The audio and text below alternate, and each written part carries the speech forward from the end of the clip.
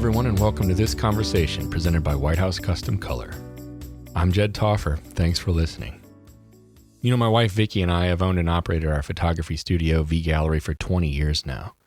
White House has been our lab for the last 16 of those years, and we could not be happier. White House is a family-run business, just like ours. If you haven't already, check them out at WHCC.com. And if you want to drop me a line, feel free to email me at jed@WHCC.com. Last year, I spoke with senior photographer extraordinaire Christina Ramirez about being in a rut. I was struck by her openness and her honesty. It's one thing to talk about being in a rut after you're out of it, but Christina was right in the middle of it, and she laid it all out there. If you haven't heard that conversation yet, I'd highly suggest you have a listen before you continue with this one. In any case, we sat down again at Push Conference in Greencastle, Indiana for an update, and once again, Christina had quite a bit to share. This time, I was double struck. No matter which side of the rut you're on right now, this one will be good for your soul, my friends. Well, I'm excited to be here. I am. You mean here at the conference here or here? At the conference, here with you. Just because of it's been a year, Jed. You're on my Facebook. You've seen. Right? Yeah. Yes. So I'm in a good space though. So it's just I was like, I hope Jed's coming. Well, I appreciate that. I feel honored by that. Let's start with touching on the conversation we had last year here. Mm-hmm. And then, if you don't mind, do a catch up and bring us to where you are now. So hit on whatever you want to hit on and skip whatever you want to skip. So do you want like a recap of last year? Well, last year, the recap would be that you were in a rut. I was in a rut, and a creative rut. I mean, that was something that was pretty open about because I was starting to really feel that sense of just being completely stuck, and I had no direction. I didn't know which way to turn, which way to go, which way to start. Until my conversation with you, honestly, it just brought a lot of things to light. And it just, I mean, really, no one had really asked me those questions, but like, well, why? You know, a lot of times when you talk to other people, it's a lot more of the me too, versus the, well, why do you feel that way? And I just, and so it was just one of those things that kind of put things into perspective. One, how silly some of it really sounded. Because it just sounded, it was almost like I was overthinking things for no reason. Yeah, well, you were kind of stuck inside your own head. Yes, but we tend, as a perfectionist, that's what happens. That is what happens, and you cycle through it, and you're like, well, and it's just this constant cycle that kind of happens. It's hard to see things a different way when it's all surrounding you. Absolutely, and that is the downside of being a self-employed too, is because you're alone. Right. So there's no team meetings to bounce things off of. We have a team meeting at 8:00. I know my husband works for a major bank, and every day at 8:30, they've got their team meeting. We don't have that. No. So there's no one to hash out those sort of things, or okay, today's agenda is this, go do. So you're the person that's manning all of that, and it's hard to not be in your own head all the time, and it's hard to also not just straight up give up, like I'm over this. Sure. So after our conversation, I realized that, and then even just listening to it, I listened to it like 5 times. I was like, wow, it was just such it was a mirror. It was a mirror that I needed to see. And so it was good. It was a really good conversation.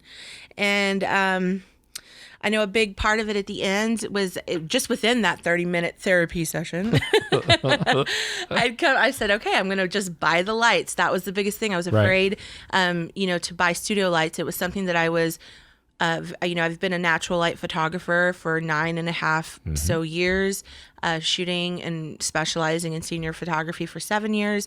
And that's the other thing, is it does become monotonous when you're doing the same thing over and over, and also shooting for your clients, and you forget to do things for yourself. Yeah. And so, or do you have the time sometimes, or make the time?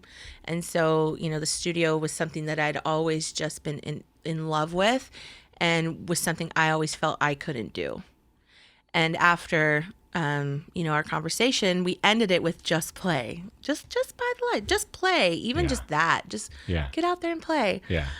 So that's always that. It literally stayed with me. So I got on the phone with my husband after our call, and I said, I think I want to buy studio lights. Did you really? I'm not even kidding. What did he say? I was still here. I got to the end of the stairs, Jed. Come on. I'm not kidding. I did. He was like, how did it go? Because he knew what I was doing. Yeah. Podcast. Well, how did it go, babe? Oh, it was great. I think I want to buy studio lights. Did he say, who is this guy? I'm going to get him. And he was like, okay. Oh, man. And he said, well, baby, if that's what you want to do. I mean, he's so amazing. Oh, you got a good man. He really, he's so supportive because he sees that this is my passion. And then when I'm passionate about something, I flourish in it and I know how to make money doing it. Mm-hmm. So he's not going to complain. He knows. Mm-hmm. And so he's like, well, okay, well, how much is it going to cost? So we started kind of going through that. And I says, well, I know it's expensive. And, that's been my hesitation, but I think that's the next route. Like, that's what I want to do. And he said, okay, well, we'll talk about it. Because I was still here in Greencastle. I understand. So when I got back home, it was the conversation that we had. And I got on the phone with John Scott from Robert's Camera, who is absolutely amazing. Yeah. I mean, I could not sing his praises enough because he sat on the phone with me for hours. A long time. Just because I knew nothing. I was literally like, I know nothing. Like, help me. What do I need? And so he made sure I had everything.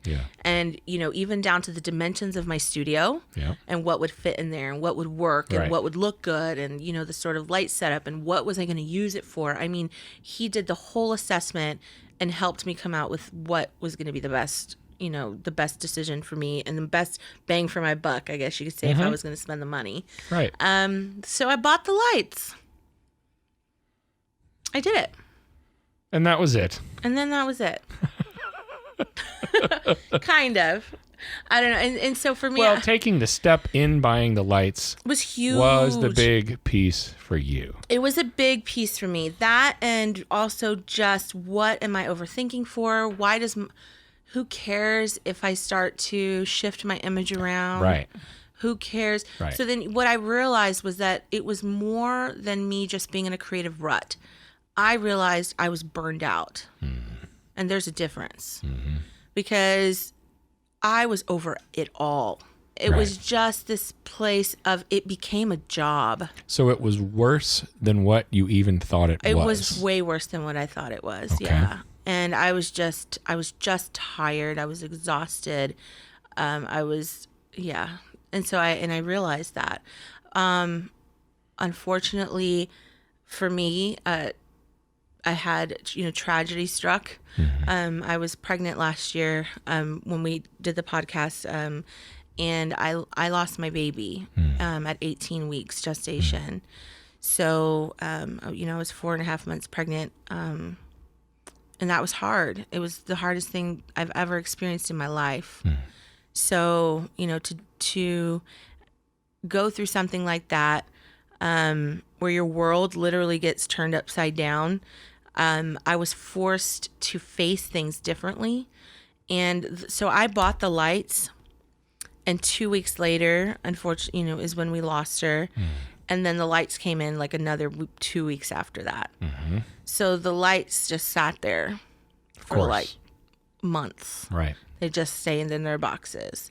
And what I realized was the first step of really just getting out of that burnout zone for me was taking a break. I just needed a break that I had not given myself in 9.5 years. What did that look like, taking a break?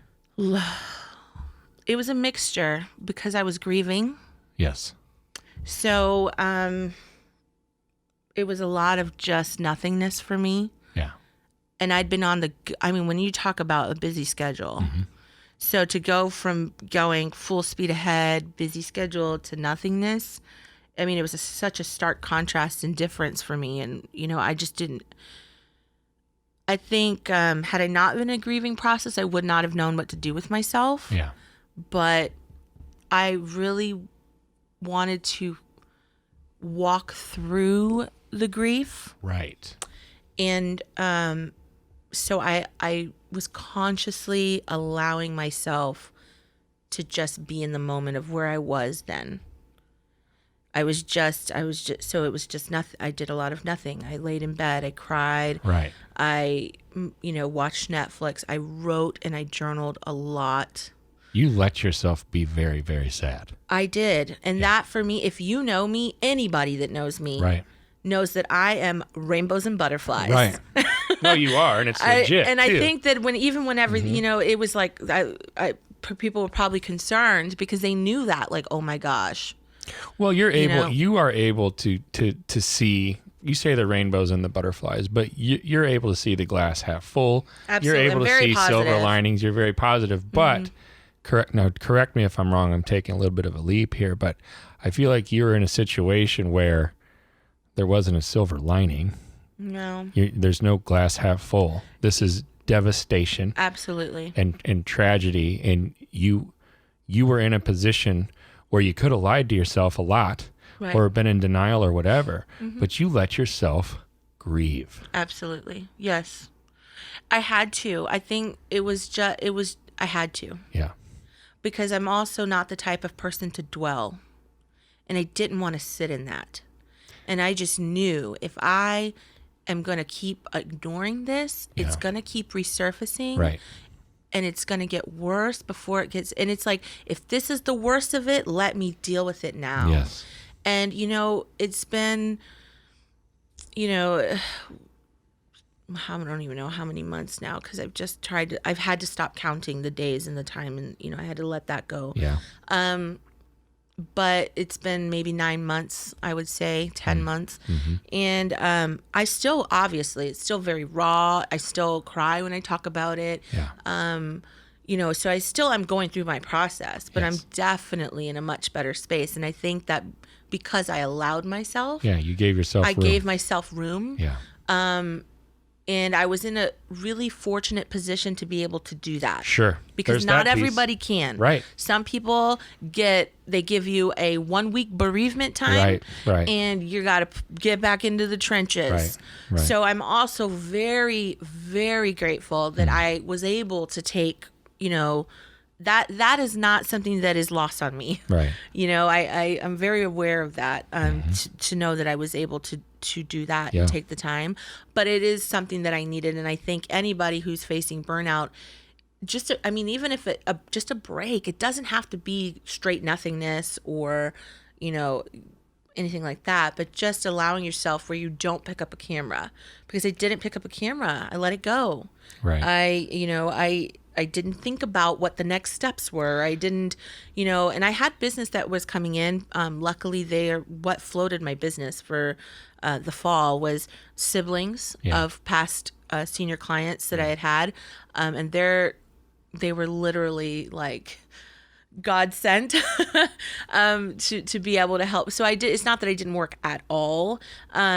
But as far as like, in a relative sense, you cut way back. Complete. When you saw, so in the fall, October, November timeframe, I'm normally photographing at least maybe 8 to 10 seniors, and I probably did like 3 or 4 a month. I mean, it was like scaled, and even, maybe not even that. Right. It was enough to make it to where we were able to pay our overhead, and we were good. But I allowed it. I wasn't pushing marketing. I wasn't, I just gave myself that break. And that's when I realized in those moments too, how burned out I really was with everything. Right. And that's when I had the time to reflect and realize, wow. So you have all this time that you're giving yourself intentionally because of really a few things going on. Right. How do you come out of that? Like you're in it for a while, but to me it seems like you had enough to grieve and be sad about that it would also be very difficult at some point to pick yourself up or to make a decision. It's a decision. That's it. I knew I just could, again, I didn't want to dwell. I didn't want to sit in the cycle of the what ifs and should have beens and could have beens, and I had to every day decide not to go down that rabbit hole. And when I realized that, then my days started going from being dark days to dark hours. Interesting. To dark 5 minutes. Yeah. To I'm having a moment. And my husband and I, that was our key line. Are you okay? Yes, I'm just having a moment. And I would just allow myself to feel it, and then I would let it go. And I'd just wipe myself off. If I needed to journal a little bit and let it out. If I needed to, I would go upstairs. Are you okay? I'm going to go upstairs. I'm going to go scream and cry really quick. Yeah. You know, and I'd have my moment, and then and so that to me, but it was a conscious effort on my part. Right. You know, and everybody handles things differently. I don't think there's a right or a wrong way. Yeah. There's absolutely not. But that's just what worked for me. And I prayed a lot. I got, you know, and I have an affirmations journal that helped me in self-talk and letting myself know that this was not the end of my story. And that helped me tremendously. How did you experience your husband through all of this? What was it like for him from your perspective? So my baby was, her name is Emily, and she was born alive. She lived for 2 hours. And so I was with her for the first hour, and then the second hour they had to take me back because I was having some complications. Sure. And he had an hour with her by himself. And she passed away in his arms. And I think that I'm fine, but when I bring him into the story, he's my everything. That time, I think, is what he needed. He had alone time. He had his time to have a sense of closure that he needed with her. And it was, he named her. And because I wasn't going to. Because we hadn't picked out a name yet. We didn't know whether she was going to be a boy or girl. Sure. So it was too early. You know, we were just starting to kind of get through that.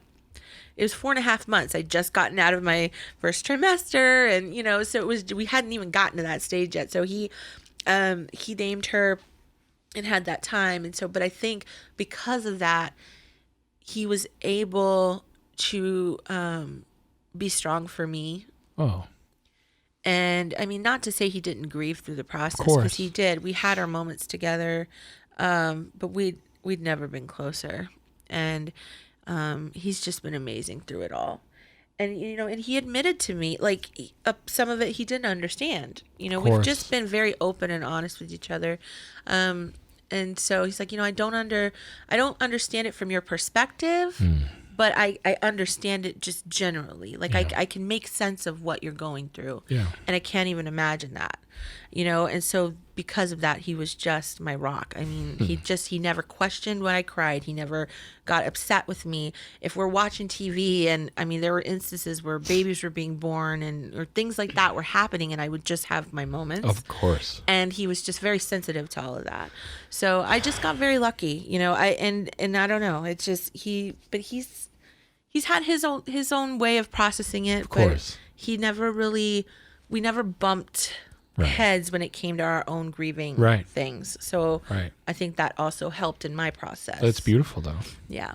So he's awesome. And then, of course, through that, it's the encouraging of, okay, well, we've got these lights. Yeah.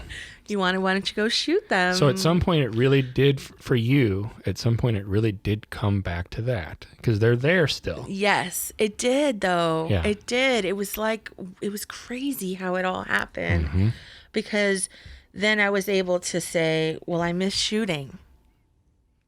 Because I definitely couldn't say that before. Right. Well, yes. Know, like, I want to play. It's like those sort of things were still there in my head as, you know, again, those days were no longer dark days. And, you know, then light would fill my days more, and things. I would have, you know, times where everything would be great and it was fine. And it would be, you know, literally a milestone that I hadn't cried and had a breakdown in 2 weeks. You know, things like that. Yeah. So, you know, shooting really became my saving grace. And even with regular clients, just having fun again on sessions and things like that. Those were the things that I had not been feeling with my photo sessions before. Right. Because I was so burnt out. And so when I was able to, I busted out the lights for the first time and got them all set up, and we got everything situated and backdrops. And I mean, it was so, and the feeling of like, oh my, I remember squealing at the top of my lungs, and I was like, that is my picture. Oh my God. Because I'd been looking so long, and like, one day I'm going to do that. And it was just like, that's like, this is in my camera. Like, oh my gosh. So then it became like, I got to do this again, and it was an exciting thing. And I just kept that in the back of my head because, again, I'm a perfectionist, and I had to let that go.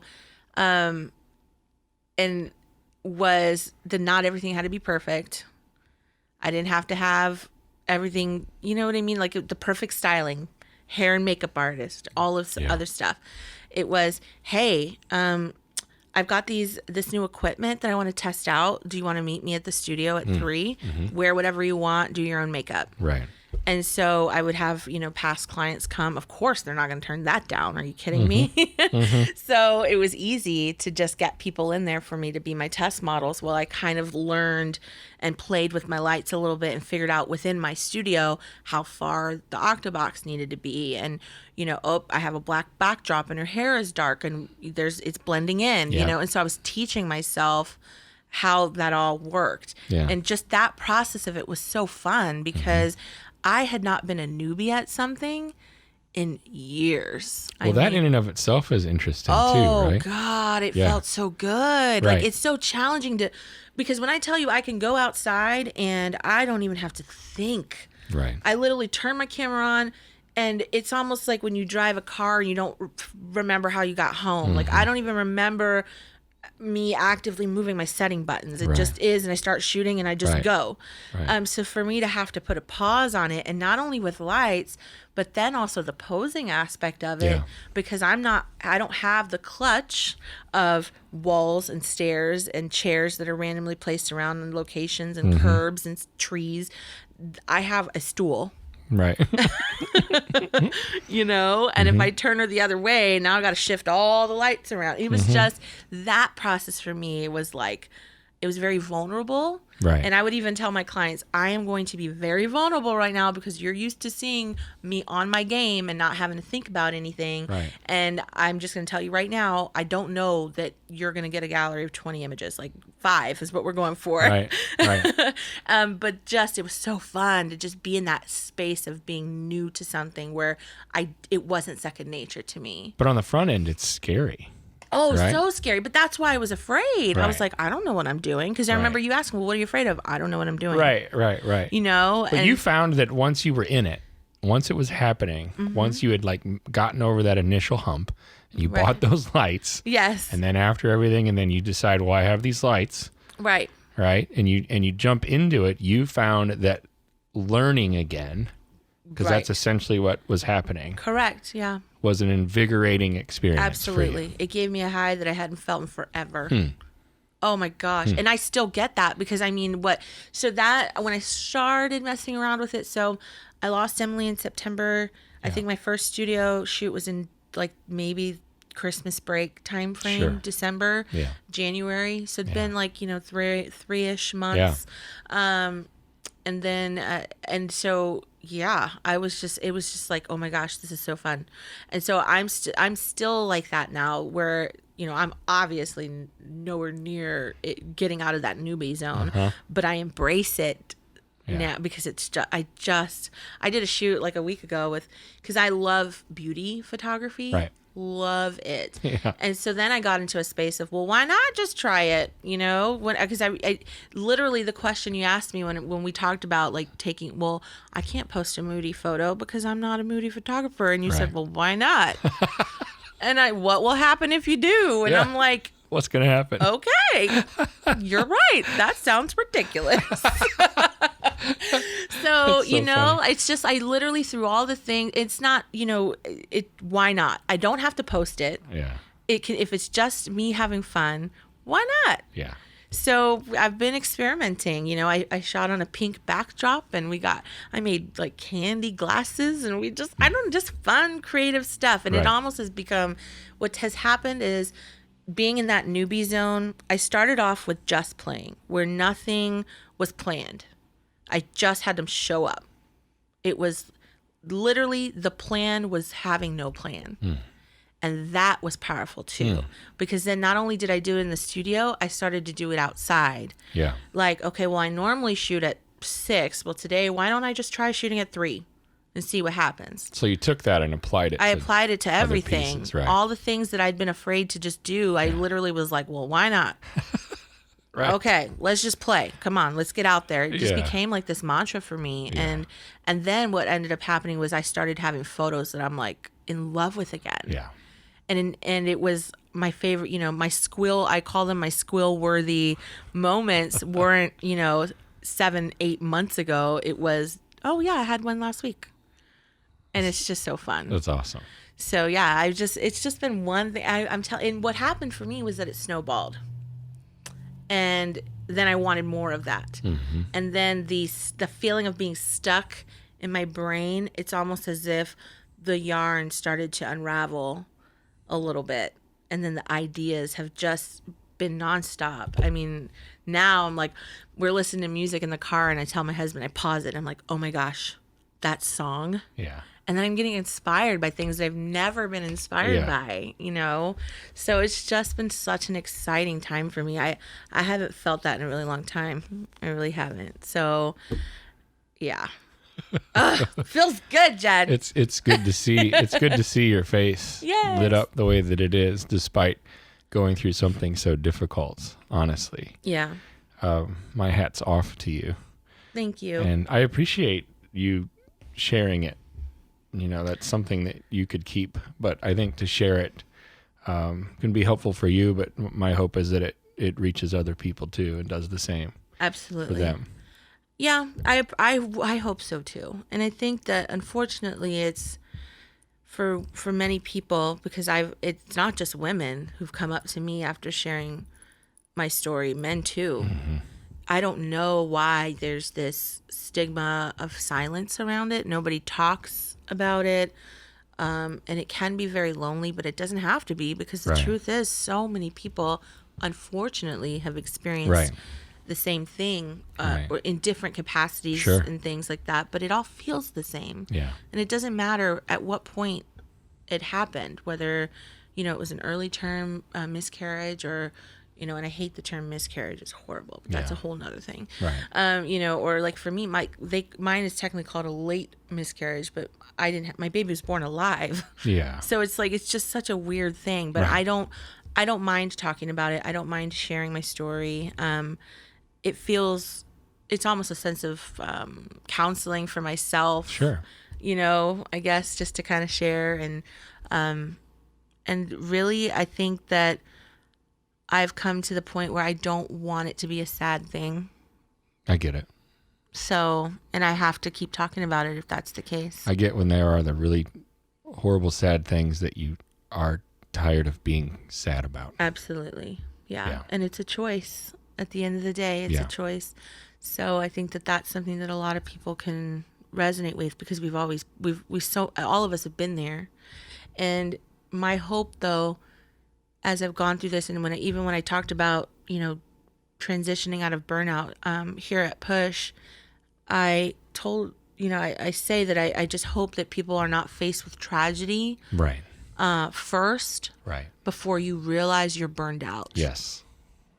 That's a really good point. Please don't wait. Mm-hmm. If you see yourself heading into a space of burnout, put a pause on some things for yourself. Yeah, do something. Mm-hmm. And I think for me, it's take a break. Mm-hmm. Give yourself that time to take breaks. Shoot for yourself. Those were all things that I was afraid to do, because I was so concerned with my image, that I had worked so hard on my brand. Well, talk about it too.